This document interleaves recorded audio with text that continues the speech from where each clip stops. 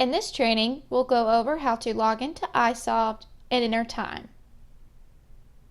I go to the NASDA home webpage and I scroll down to NASDA NASS. I'm going to click on that icon. It'll then take me to the NASDA NASS home webpage. I can either use the iSolved link here, or I can click on the logo iSolved here. I'm going to go ahead and click on that logo. I've now arrived at my sign-in page for iSolved. There's a couple of things we should go over before we begin. The first thing we need to go over is system updates. If you pay attention and look down at the bottom, you'll see where it says in the blue box, next system update, and gives a date. Just like your iPad or your iPhone, iSolved is constantly updating its system and sending out new releases. There's over 2 million iSolved users that use iSolved worldwide, so the program is constantly getting feedback on how to improve and have enhanced features. Once the next system update has occurred, if you would like to know what the new features and the new updates are, you can come up here to the top of the screen where it says take a quick tour of iSolved's new look. There's an orange play button next to that. If you click that play button, it's going to give you a 1 to 2 minute video on the new features and enhancements they've added to iSolved. The next thing I want to show your attention is the forgot password. iSolved gives you 4 chances to enter in the correct password. If you fail by the 4th attempt, it will lock your account. If your account becomes unlocked, you'll need to contact your budget accounting technician. We recommend that you don't enter your password 4 times. After the 2nd to 3rd time, if you still cannot get the correct password, go ahead and click this Forgot Password link. You now have the ability to reset your own password and gain quicker access to your account. iSolved remembers passwords for 10 times, meaning it has a memory up to 10 passwords. You cannot use the same password you used 9 times before that current password. So we're recommending that you get a password that you're comfortable with and tagging a number on the end. For example, Fluffy0. The next time the system asks me to change my password, it'll be Fluffy1. The next time I have to change my password, Fluffy2. And I'll continue this trend until I get to Fluffy9. Once I reach Fluffy9, I can then start back at Fluffy0. That way, you're keeping the same password, but just having to add a different number. It should help you to remember the passwords easier. Let's go ahead and log on as a numerator.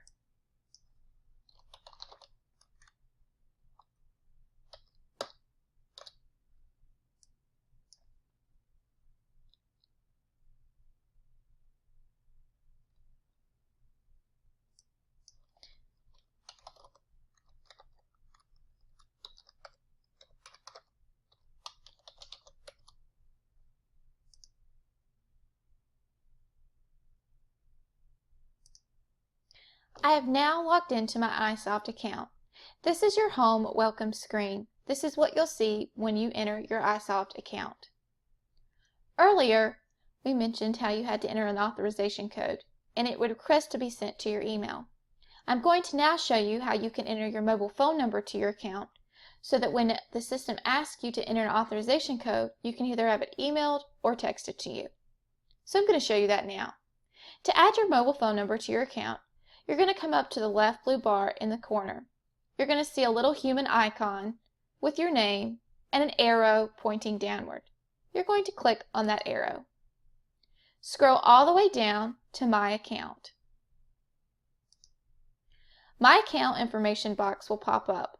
You'll see right below email address, there's an area to put your phone number.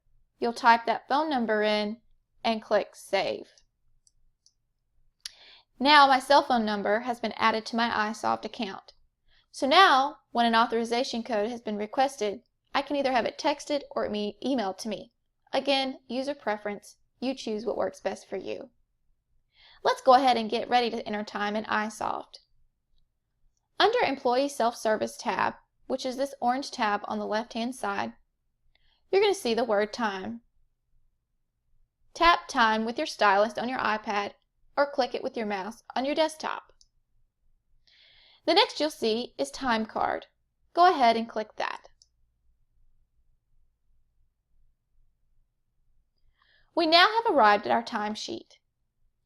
To begin entering time, the first thing you're going to do is come over here to the left-hand corner on the blue bar that's across your timesheet and click Edit.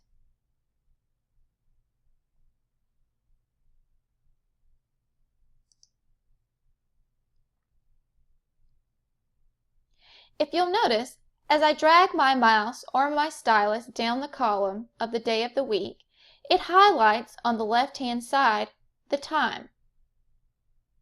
If you are uncomfortable with the time increments and would like smaller time increments, there are two magnifying glasses above the time. If you click the time with the plus sign in the magnifying glass, smaller increments appear. You can see now that we're in half-hour increments. If we go back to the magnifying with the plus sign and click it again, you'll now notice we're in 15-minute increments. For today's training purposes, I'm going to go back in 1-hour increments. So I'll simply come back to the magnifying glass with the minus sign and click twice. To enter my time, I'll select the time in the column of the day of the week that I would like to enter time. So for example, let's say we started at 8 a.m. on Monday, July 25th. I'm going to click a blue box with a plus sign that says Add Records going to pop up, and I'm going to select Hour. Please make sure if you're unable to select your column that you're in edit mode. To begin entering time, I'm going to enter my duration. Please remember, if you're using an iPad, you cannot adjust the start time or the end time in the boxes. You can only adjust the duration. So let's say I worked 4 hours. Notice when I click, it adjusts my end time according to the duration I entered. Let's try that again. Let's say we worked 6.5 hours. When I click, it adjusts my end time according to my duration. If you work less than an hour, please make sure you enter minutes in decimal format. For example, if I worked half an hour, I would enter 0.5. Let's try that now. You can see how it adjusted my end time. I changed my duration and to say that I worked 4 hours. The next thing that I need to do is come down to my project code. I'm going to select my project code from the drop-down box. Remember, you can no longer type in your project code. You must select from the drop-down box. Once I'm happy with my project code, I'm then going to enter any notes that my supervisor requires me to add. Please make sure you're checking with your supervisor on the best notes to add for time. Once I'm happy, I'm going to click Save. It tells me my save is complete. The next thing I want to do is I want to go over to Show Results. Again, that's in the top blue bar across your timesheet in the left-hand corner. Notice the time I entered is now blue. Let's go ahead and enter another time frame in the same day with a different project code. To enter time, I need to come to that blue bar that's across my timesheet and hit that left-hand button that says Edit in the left-hand corner. I'm going to go back to Monday, July 25th, and if I use my stylus on my iPad or my mouse on my desktop in the column of the day of the week that I would like to enter time in, you'll notice how it highlights the time on the left-hand side. I'm going to go to 1 p.m. I'm going to click or tap with my stylus and click Hour under Add Record. Remember, you cannot adjust the start and end time on an iPad. You can only adjust the duration. So let's say I worked 3 hours. Notice it adjusts my end time to 4 p.m. to reflect the amount of hours I entered in my duration box. And I'm going to click Save. I have an error message. It says this field is required. Please note that you cannot save time without entering a project code. So I'm going to go to my drop-down menu and find the project code that I was working on, select it, add any notes my supervisor requires, and click Save. My time has been saved. I'm going to come back up here to the corner, on the left-hand corner, on the blue box that stretches across my timesheet, and click Show Results. If you notice, at the bottom of my timesheet, I have my totals. It gives me an earnings summary, a labor summary of each project code. There are two scroll bars that you can use to navigate on your summary box. If you're using an iPad, please use your stylus to make it more efficient and easier to use. I'll take my stylus and I'll use it to move my scroll bar horizontally. I can also take my stylus and use it on the right hand side to move up and down on my vertical scroll bar. Remember, a stylus works great on scrolling horizontally and vertically on your timesheet. Let's go back to that total hours box. As you can see, on Monday, July 25th, it told me that I worked a total of 7 hours. It then broke those hours down according to the project code by each time entry. It told me that I worked 3 hours for project code 0108 and I worked 4 hours for project code 0124. If I use my stylus, if I'm using an iPad, I'm going to scroll using the horizontal scroll bar all the way to the right. You can see here that it totals up my hours according to all of the days of the week where I've entered time. Now that we've entered time in what I like to call the column view, there's another way that you can enter time. It's called the toggle view. So we're going to look at how to enter time in toggle view now. To begin, we're going to come back up here to this blue bar in the left-hand corner where it says Edit. Click Edit. You'll then notice the word Toggle View appears. I'm going to go ahead and click Toggle View now. Please give it a few seconds. It takes a few moments for it to pop up.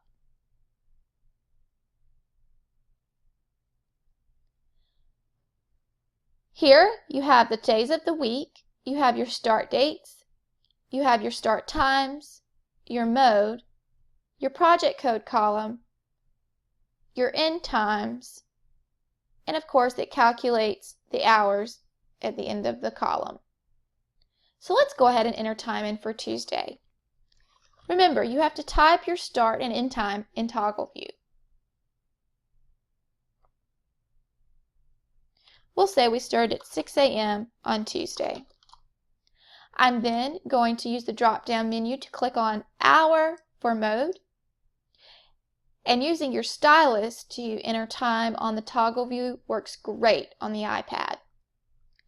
The next thing I want to do is come over to my project column using the drop-down menu to select the project code I want to work on. Next, I'll need to type in my end time.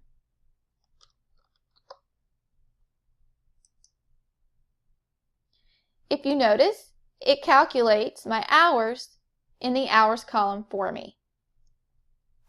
Now say you worked on 2 project codes within a day. To add a new line within that same day, you'll notice there's 3 dots next to each day of the week.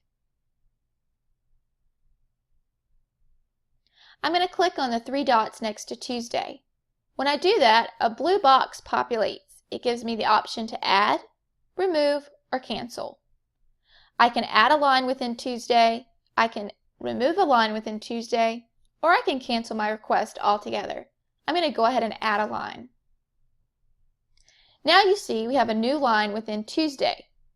This allows me to enter a different set of time with a different project code that I worked on within the same day. I'll say my start time was 10 a.m. I'm going to be using my stylus on my iPad or a mouse on my desktop. I'm going to click Hour I'm going to come over here to my project code using the drop-down menu, selecting my project code that I was working on. Next, I'm going to enter my end time. You notice in the hours column, it calculates the time for me. When I'm happy with that, I'm going to click Show Results. And you can find the Show Results button on that top blue bar on your timesheet in the left-hand corner.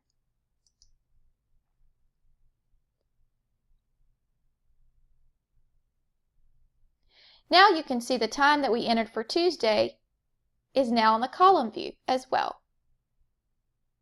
So whether you enter time on the column view or the toggle view, it'll still show up in both places. Now let's take a look at our totals summary at the bottom of our timesheet. It told me that I worked 5 hours on Tuesday. 2 of those hours were towards project code 101, and 3 of those hours were towards project code 0124. Using my stylus with my iPad, I'm going to use the scroll bar to scroll right. If you notice, it tells me the total number of hours that I've worked for Monday and Tuesday, which is 12 hours.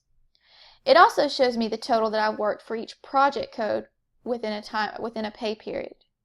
So it told me I've worked 2 hours towards project code 101. I've worked 3 hours towards project code 108, and I've worked 7 hours towards project code 124. Using my stylus on my iPad or my mouse on my desktop, I'm going to use a scroll bar to scroll horizontally back to the time. Now that we've entered time in the column view and toggle view, I want to show you how to enter expenses or reimbursements. The new terminology that we're going to use is adjustments. So this is how you enter adjustments. You're going to come back up to that blue bar that is across your timesheet and click Edit in the left-hand corner.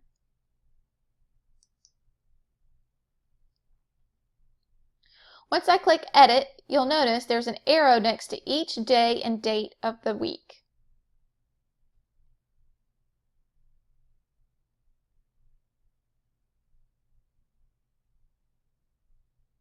I'm going to go to the day of the week and the date and click that arrow. You'll notice that a plus sign that says Add Adjustment appears. I'm going to click that plus sign. And now my adjustments box has appeared. I'm going to select, using the drop-down menu, the type of adjustment that I want to enter for Monday. I want to select mileage. In the amount column, or amount line, I'm going to enter the total miles that I drove for that project code. Notice how it says hours next to amount. Please note, hours equals miles. Please enter the total miles that you drove with that project code for that specific time period for that day. I'm going to enter a project code that correlates with the miles that I drove. And I'm going to add any notes that my supervisor requires. Please make sure you're checking with your supervisor to see specifically what notes they require on adjustments. Then I'm going to click Save. If you notice, there's a circle with an I in the middle. That lets me know that I have added my adjustment. So next, let's go back to Show Results, which is on the blue bar that stretches across the timesheet in the left-hand corner.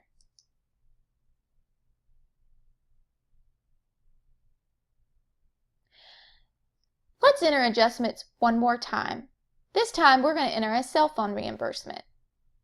So let's go to enter an adjustment. The first thing you want to do is go back to your blue bar in the left-hand corner where it says Edit. Click Edit. The next thing you want to do is by the day of the week and the date, there's a little arrow. Tap that arrow with your stylus or with your mouse if you're on a desktop and click the plus Add Adjustment sign.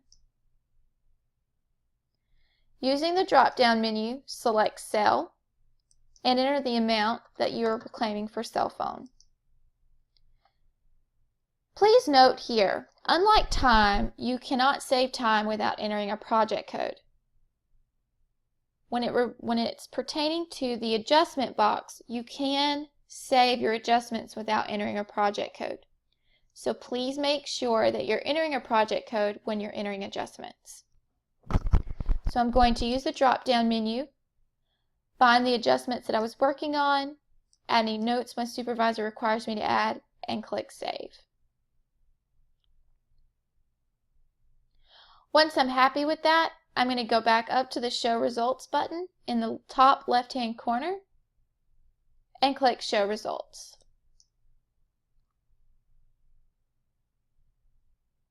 Let's take another look at our summaries totals at the bottom of our timesheet. If you notice, let's look at Monday, July 25th. It told me I worked 7 hours, I've claimed 60 miles, and it told me it broke those down into by project code. It also has my cell phone reimbursement down here of $10. Once I've looked at my summary at the bottom of my timesheet, before I submit my timesheet, I must come up here to Time Card Report. You must run your time card report and look at it closely and double check to make sure you entered everything correct. So I'm going to come up here to this blue bar that's across my timesheet, and I'm going to click Time Card Report.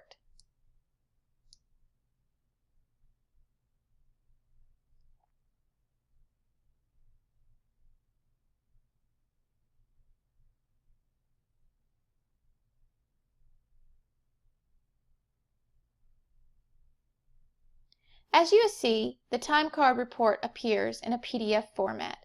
I'm going to zoom it in so that we can see it better.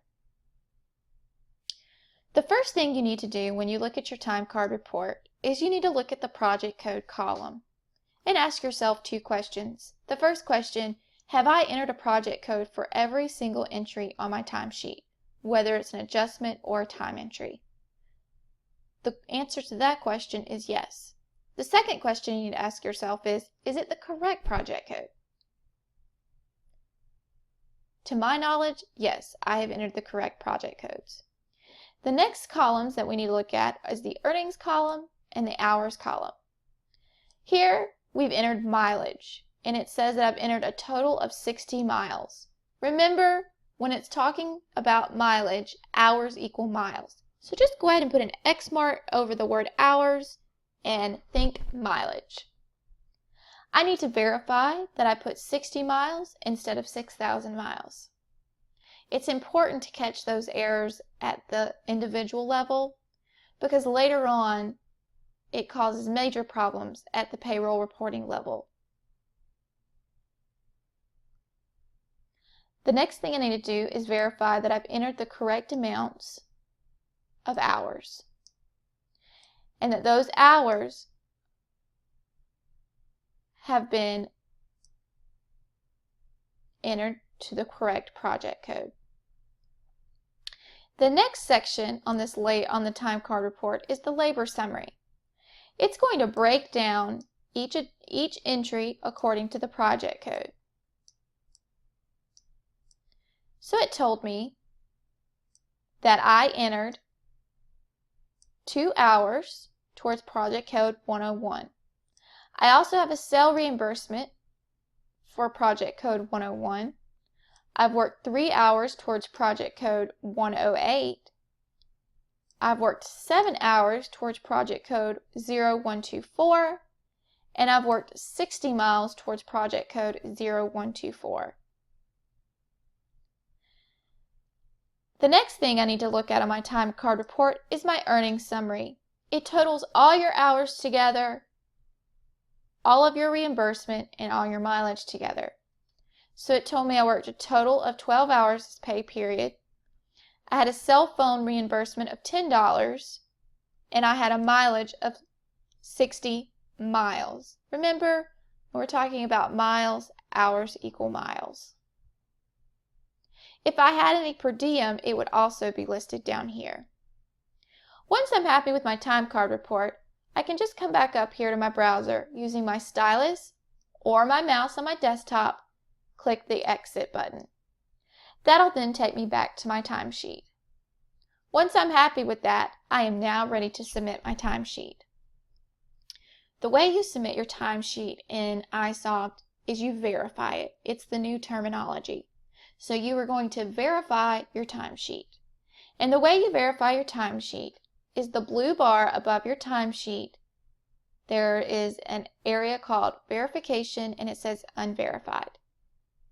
There is an arrow that is pointing down. I'm going to tap it with my stylus or with my mouse using my desktop. You'll notice it has my name, my email address, the date and time. There's a check box next to my name. I'm going to check that box. It tells me verification successful. I have now verified my timesheet, which means I have submitted my timesheet. Once you have verified your timesheet, you are not allowed to go back into your timesheet to make any edits or adjustments without asking your supervisor first. You need to get the go-ahead from them before you make any edits or adjustments. Let me show you why. Let's say that I wanted to edit or adjust a time entry. I'm going to come back up here to my edit button. After I've already verified my timesheet, I'm going to come back to edit. Let's just say that I want to delete time. In order to delete time, you tap your stylus or your mouse on the time that you want to delete. A box will pop up, and at the bottom of the box, you'll see a trash can. Click that trash can. My item has now been deleted. Once I'm happy with that, I'm then going to go back to Show Results in the blue bar in the left-hand corner. Notice my verification status. It went to partially verified to unverified. If I click on the arrow, you'll see that it unchecked that I had verified my timesheet. So once you've submitted or verified your timesheet, you must contact your supervisor if you need to make any adjustments, because then they need to go back behind you and make sure that they verified your timesheet. Because if you verified your timesheet, your supervisor's verified your timesheet, and you go back in and make an edit, it'll unverify your check mark, and then it'll unverify the supervisor's check mark. So there, your timesheet has not been approved. I'm going to go back and verify my timesheet again. Now my timesheet has been verified successful. This concludes our training on iSolved and entering time.